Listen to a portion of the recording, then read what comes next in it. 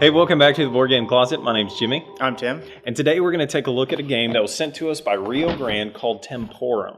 Now this plays 2 to 4 people, 2 to 5 people in roughly 35 minutes. So let's take a look and see what you get in the box.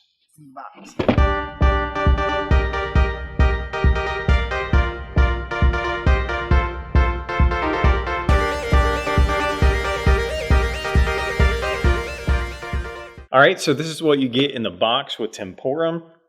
The components with this game are basically cards. So you have cards for each age that you're in, a good-sized board. You have some money tokens, and then you've got these little meeples, like these little wooden time travelers. And so there's some that are different shapes, and you got a few that are like the dudes, I guess, with the top hats, and the ladies. And then you have crowns that you're going to be using that are going to move between each age. So they're shaped like these people. That's it. And so in Temporum, you are time travelers, right? So you're jumping back in time and you're trying to change ages. And so the basic premise of this game is that they have these decks that are full of alternate realities. And so history can kind of change and move, and it's fluid. And so at the beginning of the game, you're going to shuffle each one of these times and then put them out. And then you're going to be fluctuating which is the reality of where you're at. And so you get to move these tokens, which can actually totally change the course of history. And so that's the basic premise of the game. Being time travelers, you want to rule ages, but ultimately you want to, like everybody, you want to rule today. And you want to get all of your crowns moved down here so that you're a ruler of the current reality, whatever that ends up being. Okay, Tim, why don't you tell us about the rules? How hard or easy is it to learn Temporum? The rules are really simple, really nice. The setup is really nice. It's got a nice diagram that shows, I love diagrams. And it shows that, like, right off the bat, like how you're supposed to set it up. The board itself really helps with the setup because it's got the spaces marked on the board. For everything, For all the cards and stuff. And where you're going to put, like, all the initial tokens and stuff, which is nice. And so you get everything set up.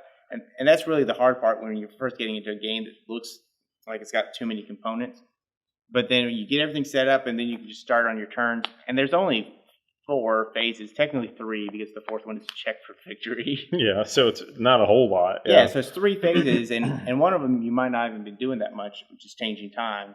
So it's basically you're moving and you're activating the cards. And these instructions do a great job of explaining that to you.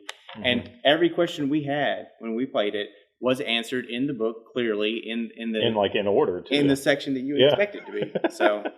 Which, I have an issue with that in a lot of things where they just put stuff willy-nilly throughout the instruction. Wherever. But these guys, they did a good job on this one. Well, good. So it won't be that difficult. And for a game that's supposed to play 35 minutes, it shouldn't be that complicated, right? Right. Yep. Okay, so let's give you kind of a little bit of an overview on how to play the game so you could figure out if this is something that you want to purchase for you and your gaming group. So at the beginning of the game, like we said, you're going to put out cards for each age. And so they've created this kind of pyramid feel. And then you're going to place all of the meeples, all the people that are playing in the current 4th age that is the real present reality. And so everybody starts down here. And so on your turn, you can do a couple things. You can change time, right? So you get to move one of these little arrow tokens. And so when you change time, that switches everything. And so if anybody's not in the real reality after you change it, then you would shift them all over. So we just went from utopia to the steampunk empire, right? And so it just, in that one move, actually I take it back, you can't do that, can you? Somebody has to be there because you can only change the time immediately below you. Right, yes. So if you're here and then you change that, then it's going to shift reality. And so the first thing that you could do is change time. Second thing that you can do is move. And then the third thing that you do is you get to use the ability that's listed on the card. So I moved my dude back to the Iron Age, and it says to score a card, paying 2 less per time you rule. And so at the beginning of the game, they're going to give you 2 cards, right, to start out with. And so he would get 2 cards, I'd get 2 cards. And then on your turn, you're going to, if the card says that you can play a card, then you're going to play a card in front of you. You get the money that's listed on the card, and then you get to do whatever it says. The other thing that you can do with cards is you can score them. And so at the bottom, it'll tell you you can score by paying 4 money for 4 crowns. And so that's really simple. You can move your crown. So at the beginning, all of your crowns are going to be up here in age 1. And then what you can do is then you get to move up to 4 or 4 spaces, or, well, that doesn't make sense, 3 spaces, or you can move 2 and then 2 again, or something like that. Just the number of moves that you can move a crown. So, and you have to move them that many spaces. So you can't like organize it so you can control an area. So if it says 4 moves, you can use the S3 and then use the 4th one. Right. So you can mix that up any way that you want, as long as you use all of them. Right? Unless you've got all your dudes down here, then you can't. But and then you win. Yeah. So that's good news. So a couple things then out of that is, so you rule an age if you have the most crowns in that area. So whoever has the most here rules age 1, and that's important because of the things that are written on the card. So they'll say something like, if you rule an age, you get something else, or something bad happens to you, or something bad doesn't happen to you, things like that. And so that's really all that you do on your turn is you change time, you move, you play a card if the card says it. Yeah, you visit this and then you do whatever this says. And a lot of times it'll say play a card, and that's how you get it. Play a card, score a card.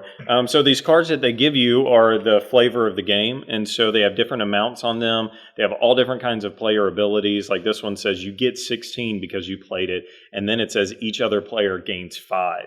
There's permanent or perpetual cards in the game that you would play this. You get the money for playing it, and then you would lay this in front of you, and then that card stays, and that ability stays with you throughout the game. These cards can't actually stack, so if you had 2 of them, you could put them underneath each other, and then you would get that ability twice if that happens. There's all kinds of cards in the game, and then the cards that are out here have to do with scoring and doing all kinds of different things throughout the game, and so that's where all the flavor is off of the age that you're going to and the cards that you have in your hand. And talk about flavor, the artwork on these cards are really great. It really is. It fits with the steampunk time travelers. The theme that it's kind of going with is really nice. Yeah, and they've got all different kinds of artwork that has to do with, settlers, gang of pickpockets. So it looks like some kids in London, inventors. They've got old medieval time artwork, rats and swords and boats and pirates and just pretty much anything that you could think of in time that would be a story that you could play out. They probably have artwork for it. But as like most games like this, the card games, as you begin to play and you start building up your combos to get things out, you kind of gloss over the titles and the pictures, and you start kind of just playing the cards. You do, yeah. You end up just saying, okay, I can get 2 for that, and you lose a card or whatever, and you forget that it says Summer of Love and this nice artwork on there, but anyway, so yeah, because it starts playing really fast once you start going. So. When we first started playing, that's how I felt. I was like, what are we supposed to do? I don't really get it. We're not really doing much. And then you start doing the combos, like you said, and then you're moving pieces like crazy. So. Yeah. Okay, so at the end of our reviews, we like to do a simple 1-die rating. Should you buy it, play it, or hate it? So green means go buy this game and add it to your collection. White means maybe you wouldn't buy it, but you definitely play it. And then red means you wouldn't buy it and you wouldn't play it because you hate it. So we're going to get our 1-die out. And we will reveal 2 whites! Which is actually pretty good for a game. I do, yeah, I think so. Okay, so tell us why you gave it a white. Well, to me, this kind of fills the same area as like games like Splendor, where you just get your group together and you're just playing a game to play games. And here, this isn't one that everybody's gonna be like, oh, let's throw it on the table, blah blah blah. This is more like the game, like this is what everybody will agree to play. Right. You get everybody okay, we'll play that. Yeah, so it's still fun. It's still fun to play. It's not just something I would go out and look for at a shop to get. Yeah, for me, I think that this one, because of the time that it plays, the simplicity of how it is, I think that this would be more of a gateway game or a game that I would play with somebody that's not really heavy into games yet. But I could convince them to play this because of the time, like the simplicity, and yet you still get some of the fun parts of a lot of games and the combos and the thinking through things, and then the race to the finish, and then you see somebody get ahead and you want to catch up to them, some of those kinds of things. So I think that's why I would give it a white. I definitely see the audience for this, and I would play this with you if you wanted me to. So yeah, And it definitely doesn't drag on. No, like no. something like this you think would, because you're moving all these pieces. It actually goes pretty fast once you start doing the combos. That's what was funny is, I thought, we're going to get 10 and I moved like 4 this time. And now I've got to move them 2 more. Like, you're right. Yeah. As it starts to build, you're moving them a whole lot faster than you think. Yep. Okay. So that's our review of Temporum. I want to say thanks to Rio Grande for sending us a review copy of this game. Check us out on Facebook, Twitter, Instagram. We're all over the place, boardgamecloset.com. And you can ask me. And as always, support your local hobby shop. I didn't know.